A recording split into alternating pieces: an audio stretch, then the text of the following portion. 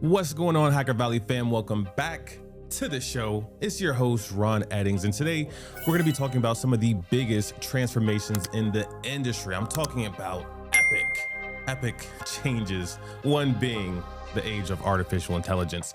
Our guest is someone who has been exploring this topic and this shift from the very front lines when it comes to cybersecurity and the hot topic of AI.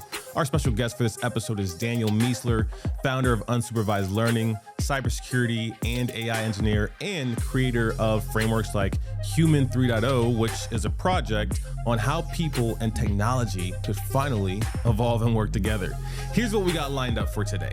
We're going to start with some breaking news, all about how AI is driving record profits, but also reshaping our workforce. Then we're going to hear from Daniel and talk all about how he builds systems, how he thinks, and how he makes meaningful work. After that, I'm going to reflect and share some of my own thoughts on how adaptation and self-preservation are playing out for all of us in this AI-powered world. You want to stick around for this one. Run the intro. Who says tech can't be human?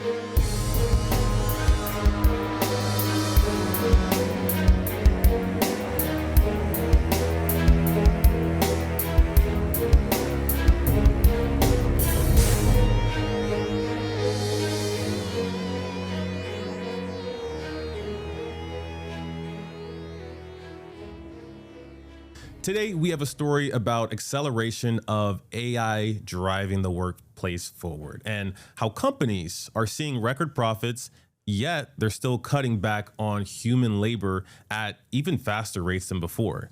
This article comes from Jason Ma at Fortune and is titled, "A Jobless Profit Boom Has Cemented a Permanent Loss in Payrolls as AI Displaces Labor at a Faster Rate," strategist says.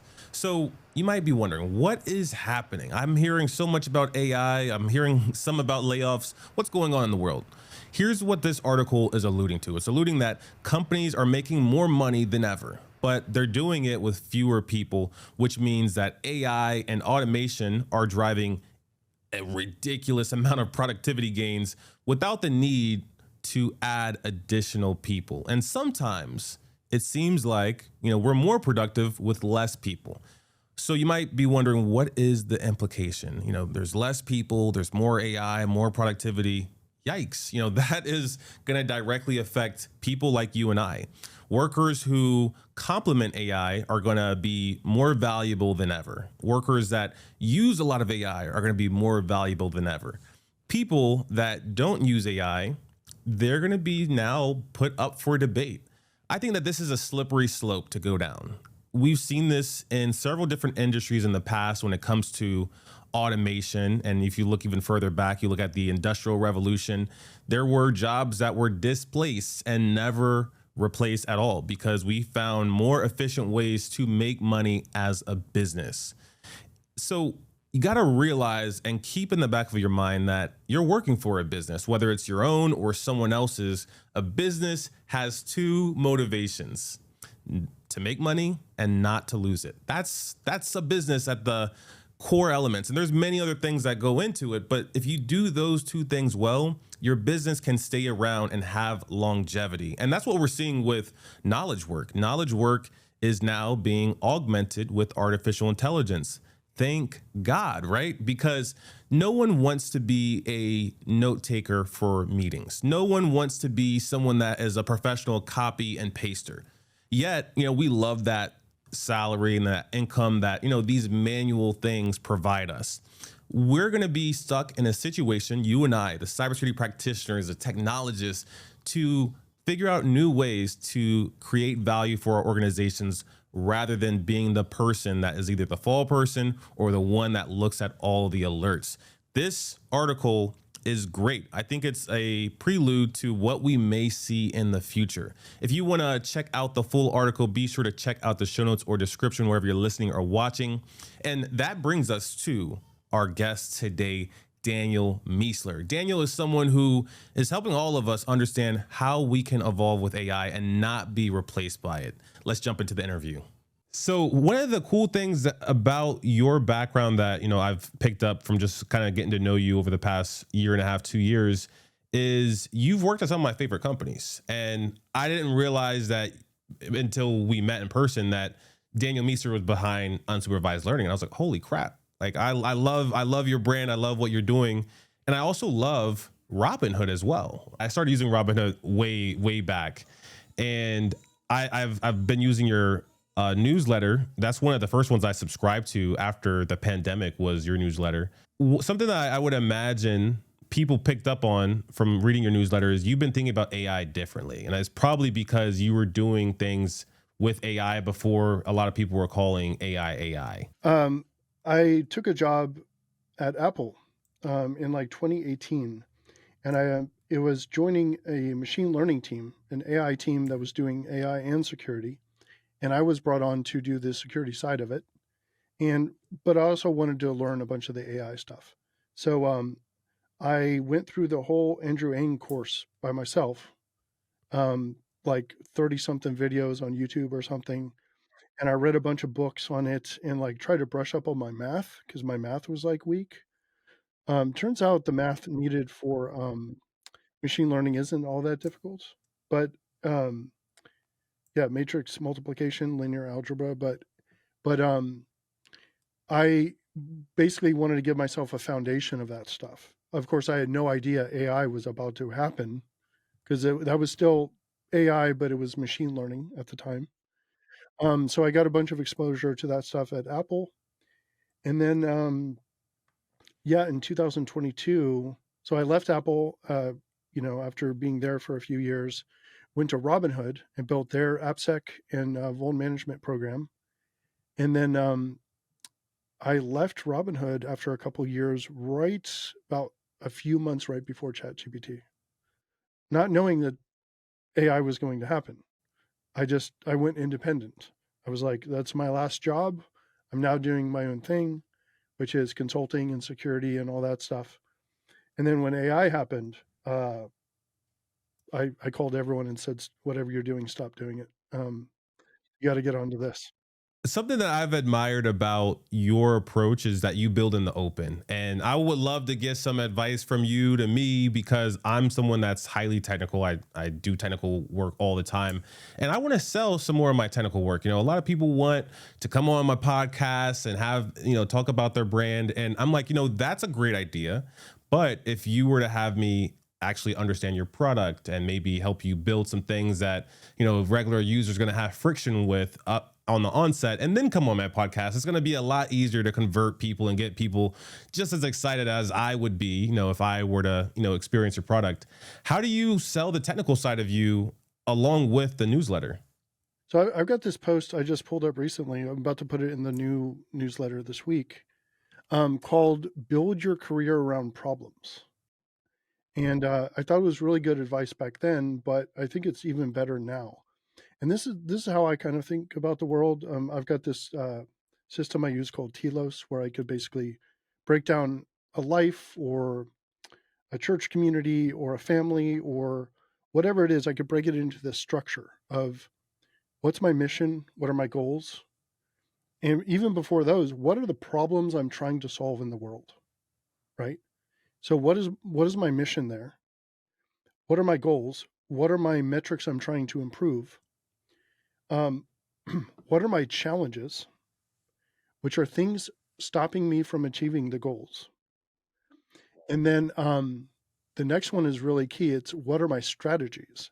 And strategies are specifically things that counter the challenges to achieving the goals. Next step is projects. These are the projects that achieve the thing in the strategy, which filters up to the goals and to the mission. And then after that, you have like a schedule and you have like a team and you have projects and stuff like that. But I love this structure, and I think about everything this way. Um, I don't think about technical or non-technical. What I think about is what problems do I see and what problems do I want to solve? And then if my solution is to read a paper, a dead tree book, and talk about that over coffee with 9 friends at a local coffee shop, and I think that's the best solution for solving this problem, that's what I'm going to do. And if I think it's writing a command line utility in some obscure, offshoot distribution of Linux that's partially Gentoo and partially Arch or something, that's what I'm going to do. So I'm trying to determine like what problems resonate with me that I feel like I have like an approach to solving that might be unique, or at least I'm passionate about it, right? And then I try to build a solution. And most importantly, talking about the problems that resonate with me and talking about the solutions that I'm trying to implement. Even if it's partial, I'm like, hey, look, this is early on. We're rolling it out. But the key thing for me, and I think this is needs to be for everyone, is when you learn about the world, you learn what you wish were different. And that delta between the way the world is and the way you wish it were, that turns into one, problems, but it also turns into a direction for building solutions. And so for me, it's all about the ideas around doing that. How do you bridge that gap? What are those ideas that I either identify the problems or identify a potential solution to solving it? And then just do it all in public. I agree. We're able to pump out so much stuff online, and I know it's accelerated both you and I is through artificial intelligence. Gen AI specifically, I think it's changed everything. It's still changing everything. You're someone that's been documenting this along the way and giving out opportunities, but also fair warnings. So I would love to, understand from your perspective, what is the current state of Gen AI today? I think we're at the very beginning. I think the whole conversation about the bubble thing, I think, is interesting. I've heard a couple versions of like a bubble framing that is kind of real. One would be like an overinvestment from people who don't know what's going on. I would classify that as partial bubble. I heard another one this morning, which was really cool, which is the investment is not overinvestment. However, the time it requires to pay off for them not to get harmed by it is like a year and a half. Whereas all the infrastructure that needs to get built might be like a 2-year or a 3-year or a 4-year thing. So it might be a timing problem. So it's not that the thing is a bubble. It's not that once the infrastructure is built, nobody's going to use it. That's not the problem. The problem is like it might just like fizzle because like we got running too fast and there's no road. So we just hit the dirt and fall in a pothole, and that's possible. But my personal take on it is all those will happen at the same time. So like, are companies going to become, billion-dollar companies with just 1 or 5 people? Yes.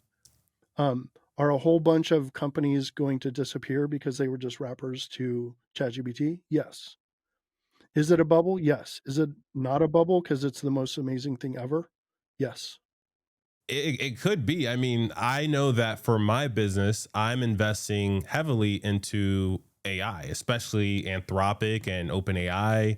I have many different workflows that are going through and providing me business logic that I used to have to try to like maintain a document for, but now I have something that works the system, and when it breaks, it leaves behind the documentation, so I can just take that piece and pop that somewhere else, and then I'm back at the races. I didn't need to hire someone, do a full on audit of this workflow and have them, explain to them for hours how it worked. Just use the agent to help explain to you how it works even.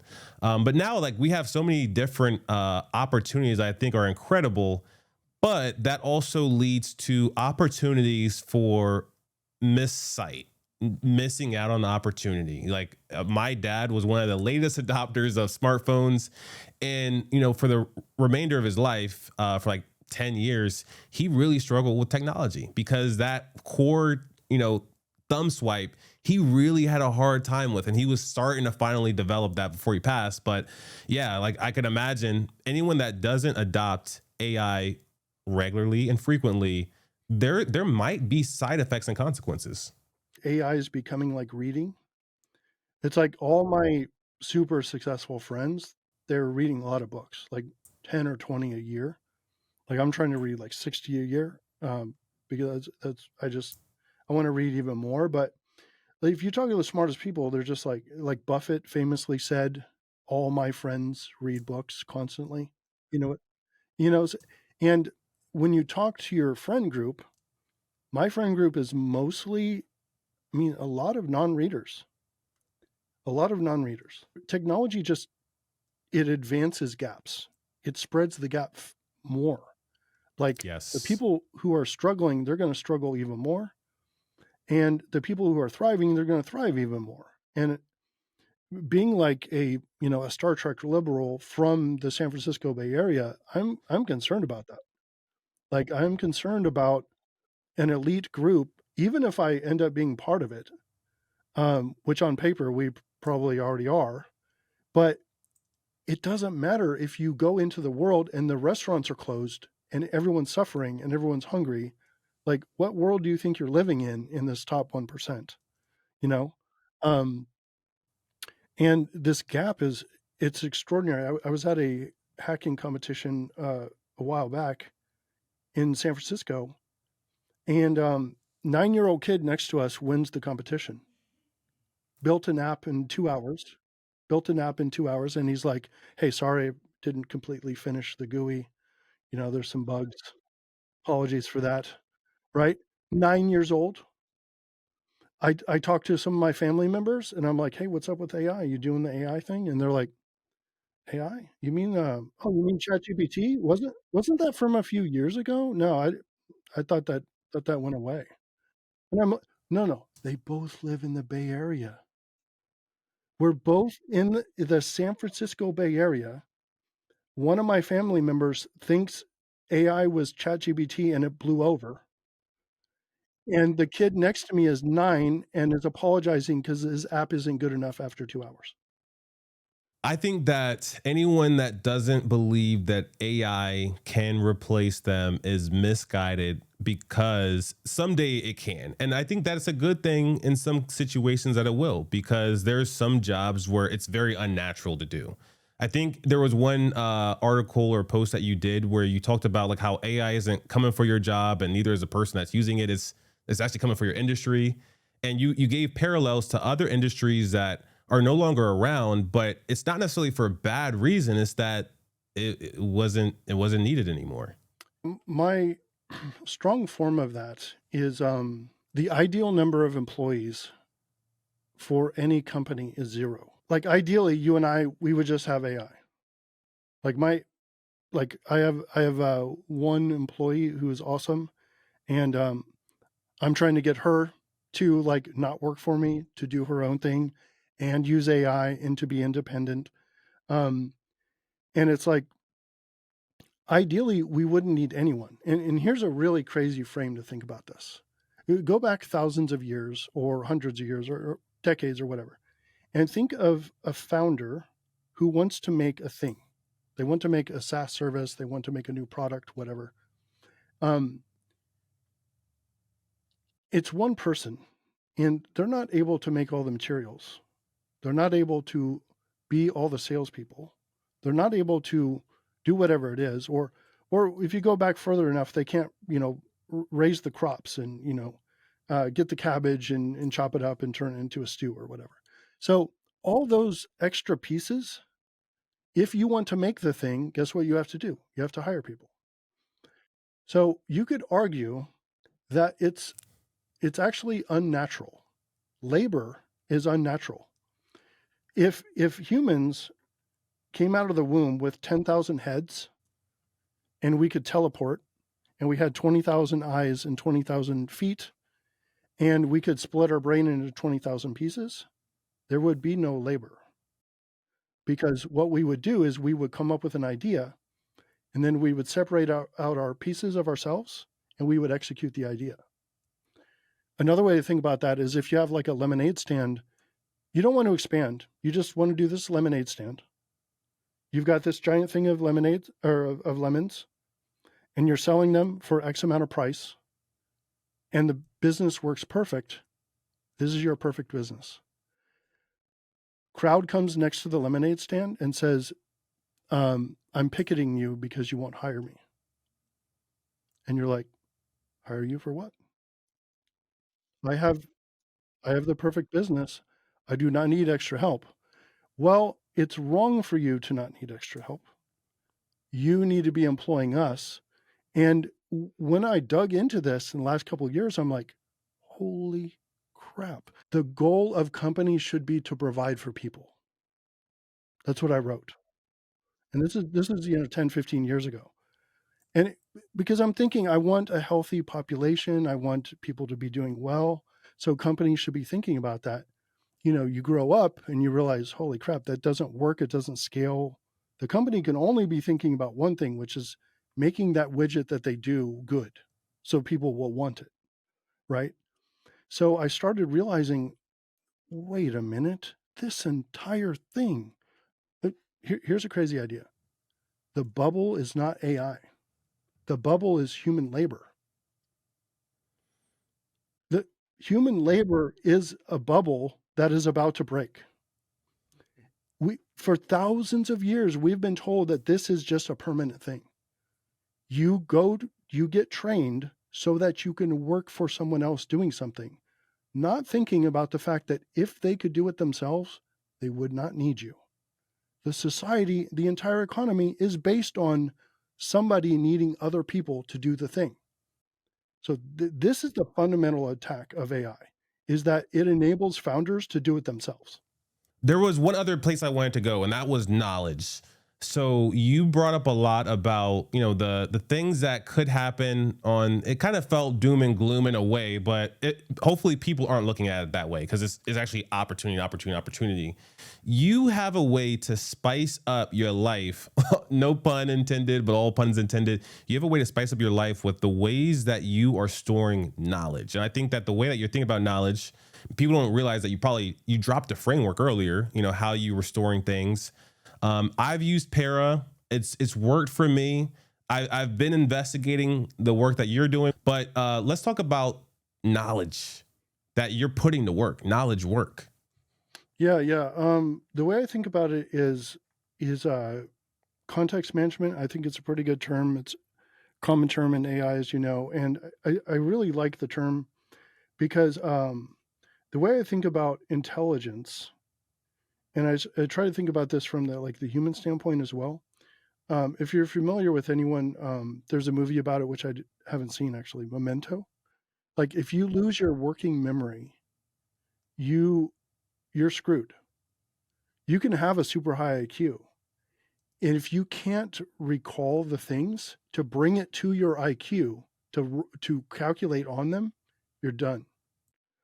So what Claude Code did is it completely changed AI because it is a context management system that brings all the context to the model.